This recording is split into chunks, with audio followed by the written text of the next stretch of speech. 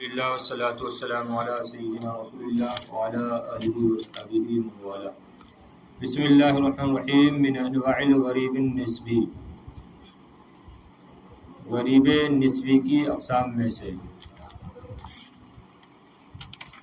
آپ نے غریب کی تعریف پڑھی، غریب کی تقسیم پڑھی.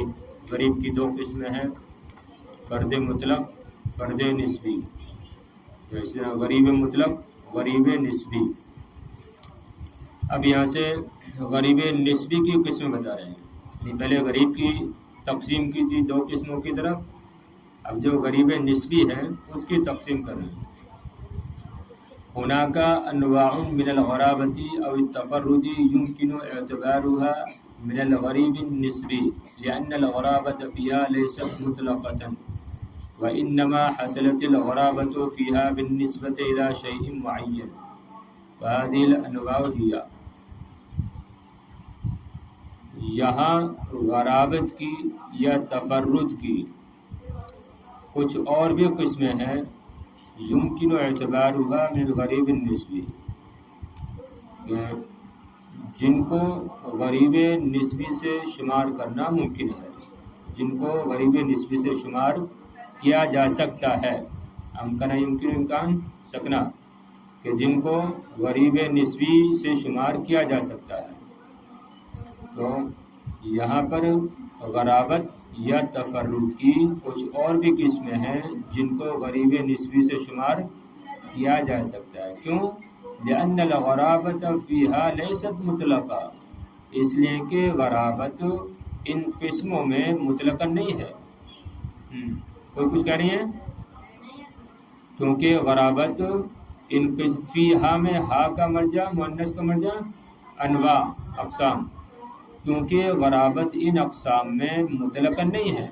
وإنما حصلت الغرابة فيها بالنسبة إلى شيء معين، بلکہ ان قسموں میں غرابت حاصل ہوتی ہے، پائی جاتی ہے شے معین کی طرف نسبت کرتے ہوئے.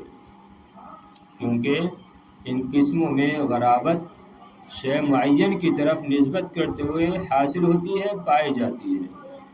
وَهَذِهِ الْأَنْوَاعُ هِيَ، اور غریب نسبی کی وہ قسمیں یہ ہیں. تو غریب نسبی کی تقسیم ہے، ٹھیک ہے. غریب مطلق یا فرد مطلق کی نہیں ہے، بلکہ یہ غریب نسبی یا فرد نسبی کی تقسیم ہے. غریب نسبی یا فرد نسبی دونوں کا ایک ہی معنی ہے نا. ہاں. پھر دیکھو ایک بار کہ یہاں پر غرابت یا تفرد، غرابت یا تفرد یعنی فرد نسبی. تو یہاں پر غرابت یا فرد نسبی کی کچھ اور بھی قسمیں ہیں جن کو غریب نسبی فرد نسبی سے شمار کیا جا سکتا ہے، اس لیے کہ غرابت ان قسموں میں مطلق نہیں ہوتی ہے، بلکہ ان اقسام میں غرابت جو پائی جاتی ہے وہ شے معین کی طرف نسبت کرتے ہوئے پائی جاتی ہے. اور وہ اقسام یہ ہیں: تفرد ثقۃ بروایت الحدیث كقولهم لم يروه ثقۃ الا فلان. ہاں، پہلی قسم وہ حدیث کہ جس حدیث کی روایت میں ثقہ راوی تنہا ہو. تفرد ثقۃ بروایت الحدیث، حدیث کی روایت میں ثقہ کا منفرد ہونا، تنہا ہونا. لفظی ترجمہ کیا لگے گا؟ حدیث کی روایت میں ثقہ راوی کا تنہا ہونا. تو پہلی قسم وہ غریب نسبی ہے کہ جس حدیث کی روایت میں ثقہ راوی تنہا ہو، جیسے کہ محدثین کا قول لم یروہ ثقۃ الا فلان، کہ اس ثقہ سے روایت نہیں کیا مگر فلاں ہے، مگر یعنی کسی ایک آدمی نے. یا لم یروہ ثقۃ، اس کو مرفوعی پڑھیں یعنی فاعل بنائیں. مثلا اس حدیث کو ثقہ نے روایت نہیں کیا یا ثقہ سے روایت نہیں کیا مگر فلاں ہے. لم یروہ ثقۃ، یعنی اس ثقہ راوی سے روایت نہیں کیا مگر فلاں نے، مگر فلاں راوی نے، تو اس میں کیا ہے، وہ ثقہ راوی تنہا رہ جاتا ہے۔ تو یہاں پر ثقہ کو مفعول پڑھیں گے، لم یروہ ثقۃ، کہ اس ثقہ سے روایت نہیں کیا ہے مگر فلاں نے، تو دیکھو وہ تنہا رہ گیا کہ اس ثقہ سے، جیسے پیچھے مثال پڑھی تھی نا آپ نے کہ امام مالک تنہا ہیں امام زہری سے روایت کرنے میں، کون سی حدیث کو، ان النبی صلی اللہ علیہ وسلم دخل مکہ وعلی رأسہ مغفر، تو اس میں امام مالک یہ تنہا ہے امام زہری سے لینے میں، تو جبکہ امام زہری کیا ہے، یہ ثقہ ہیں، صحیح ہے نا، ثقہ کہتے ہیں جس میں تمام خوبیاں پائی جائیں، اختصار سے کیسے سمجھیں ثقہ کو، کہ جس میں تمام خوبیاں پائی جائیں، یعنی وہ متقی بھی ہو اور وہ اس کا حافظہ بھی درست ہو اور عادل بھی ہو، ضابط بھی ہو، تو ایسے راوی کو کیا کہیں گے، ثقہ کہیں گے۔ تو وہ حدیث پہلی قسم غریب نسبی کی پہلی قسم وہ حدیث کہ جس حدیث کی روایت میں ثقہ راوی تنہا ہو، جیسے کہ محدثین کا کہنا لم یروہ ثقۃ الا فلاں، تفرد راوی معین عن راوی معین۔ دوسری قسم معین راوی کا معین راوی سے منفرد ہونا، معین راوی کا معین راوی سے منفرد ہونا، آپ چاہو تو لفظ بلفظ ایسے یاد کر سکتی ہو لیکن ترجمہ پھر بھی آپ دیکھ لیں، صحیح ہے، امتحان میں اگر آ جائے لکھنے کے لیے تو آپ عربی میں لکھیں گی تب بھی چلے گا، کہ پہلی قسم کیا ہے، تفرد ثقۃ بروایت الحدیث، دوسری قسم کیا ہے، تفرد راوی معین عن راوی معین، کہ معین راوی کا معین راوی سے منفرد ہونا، قولہم، جیسے کہ محدثین کا قول، تفرد بہ فلان عن فلان، کہ فلاں فلاں سے حدیث لینے میں تنہا ہے، وَإِنْ كَانَ مَرْوِيًّا مِنْ وُجُوهٍ أُخْرَى عَنْ غَيْرِهِ، اگرچہ وہ اس کے علاوہ سے دوسرے طرق سے مروی ہو، اگرچہ وہ حدیث اس کے علاوہ دوسرے طرق سے مروی ہو لیکن فلاں فلاں سے لینے میں کیا ہے، تنہا ہے۔ تیسری قسم تفرد اہل بلد، تفرد اہل بلد او اہل جہت، کسی شہر والے یا کسی خاص جہت والوں کا تنہا ہونا، کسی خاص شہر والوں یا کسی خاص جہت والوں کا تنہا ہونا، قولہم، جیسا کہ محدثین کا قول، تفرد بھی اہل مکہ او اہل شام، اہل الشام، کہ اس حدیث میں اہل مکہ تنہا ہے یا اہل شام تنہا ہے، یعنی اس حدیث کو صرف مکہ والوں نے روایت کیا ہے یا اس حدیث کو صرف شام والوں نے روایت کیا ہے۔ اہل کا معنی والے لگا لیں گے یہاں پر، ٹھیک ہے، ترجمہ لگائیں گے تو اہل کا معنی والے، ورنہ تو صرف ایسے رکھیں کہ اہل مکہ نے، اہل مکہ اس میں منفرد ہیں یا اہل شام اس میں منفرد ہیں۔ تو تیسری قسم ہوئی تفرد اہل بلد او اہل جہت، کسی خاص شہر والوں کا یا خاص جہت والوں کا منفرد ہونا، جیسے کہ محدثین کا قول، تفرد بھی اہل مکہ او اہل الشام۔ چوتھی قسم تفرد اہل بلد او جہت من اہل بلد او جہت اخرى، یعنی وہ حدیث جس میں ایک شہر والے یا ایک جہت والے منفرد ہوں دوسرے شہر والوں یا دوسری جہت سے روایت کرنے میں، دیکھیے جیسے قولہم، جیسے محدثین کا قول، تفرد بھی اہل بصرہ عن اہل المدینہ، کہ اس میں اہل بصرہ یعنی بصرہ والے مدینہ والوں سے تنہا ہیں، کہ اس میں یعنی اس حدیث کو لینے میں بصرہ والے مدینے والوں سے لینے میں تنہا ہیں، او تفرد به اہل الشام عن اہل الحجاز، یا اس حدیث میں اہل شام اہل حجاز سے لینے میں تنہا ہے. ٹھیک ہے، یعنی شام والوں نے صرف بصرہ والوں نے صرف مدینہ والوں سے حدیث لی ہے، اور مدینہ والوں نے صرف بصرہ والوں سے لی ہے. کسی اور شہر والوں نے ان سے حدیث نہیں لی. اسی طرح شام والوں نے حجاز والوں سے حدیث بیان کی یا لی، اسی طرح حجاز والوں نے شام والوں سے حدیث بیان کی یا لی. ان کے علاوہ دوسروں نے نہ ان سے حدیث بیان کی ہے اور نہ انہوں نے لی ہے. تو یہ مطلب ہے کہ ایک شہر والوں یا ایک جہت والوں کا منفرد ہونا دوسرے شہر والوں یا دوسرے جہت والوں سے، جیسے کہ محدثین کا کہنا تفرد به اہل البصرہ عن اہل المدینہ یا تفرد به اہل الشام عن اہل الحجاز. تقسیم آخر لہ، اس کی ایک دوسری تقسیم، یعنی غریب کی ایک دوسری تقسیم. قسم العلماء الغریب من حیث غرابت السند والمتن الى قسمین، یعنی علماء نے غریب کی تقسیم کی ہے غرابت سند یا غرابت متن کی حیثیت سے دو قسموں کی طرف.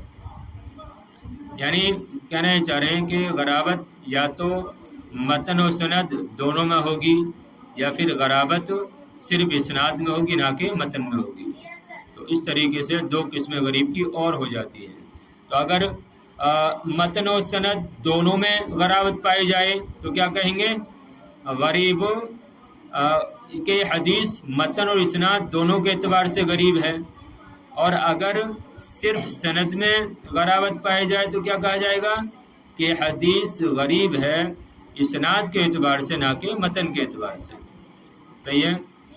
تو وہی کہہ رہے ہیں کہ علماء نے غریب کی ایک دوسری تقسیم کی ہے سند یا متن کی غرابت کی حیثیت سے. پہلی قسم کیا ہے؟ غریب متنن و اسنادن. اب کس کو کہتے ہیں؟ وہ الحدیث الذی تفرد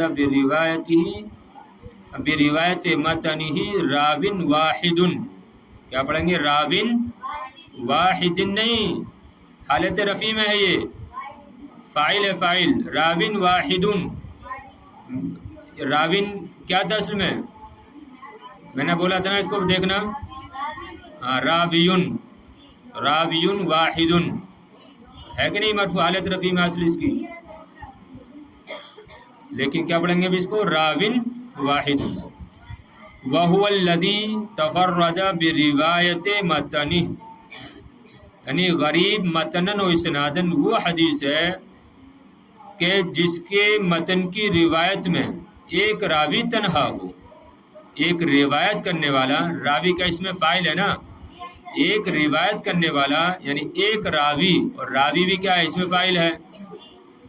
ایک راوی یا ایک روایت کرنے والا تنہا ہو تو اس کو کہیں گے غریب متنن اور اسناد.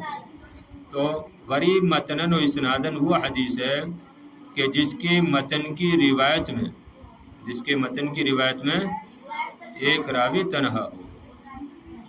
غریب اسنادن لا متنن، یعنی وہ حدیث جو سند کے اعتبار سے تو غریب ہو نہ کہ متن کے اعتبار سے.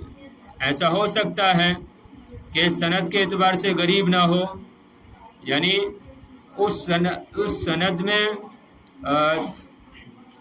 دو یا دو سے زائد راوی رہے ہوں ہر طبقے میں، لیکن وہ جو متن ہے اس متن میں تفرد پا لیا گیا ہو، ایسا ہو سکتا ہے. وہی کہہ رہے ہیں دوسری قسم وہ غریب کہ جو سند کے اعتبار سے تو غریب ہو لیکن متن کے اعتبار سے غریب نہ ہو.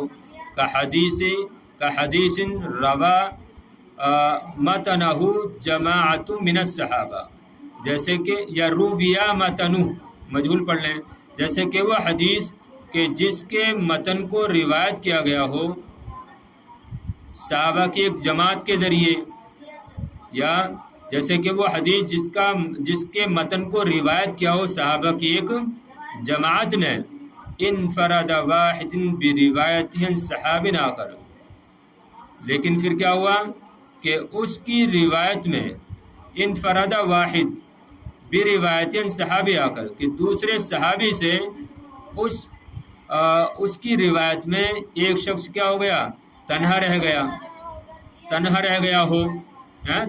گیا ہو، تو دوسرے صحابی سے اس حدیث کی روایت میں ایک شخص جو ہے تنہا رہ گیا ہو، تو ایسا ہو سکتا ہے۔ دیکھیے دوسری قسم کیا ہے، وہ حدیث جو سند کے اعتبار سے تو غریب ہو لیکن متن کے اعتبار سے غریب نہ ہو، یعنی بہت سارے صحابہ نے ہر طبقے میں اس حدیث کے متن کو روایت کیا ہو، نہ کہ سند ایسی نہ ہو۔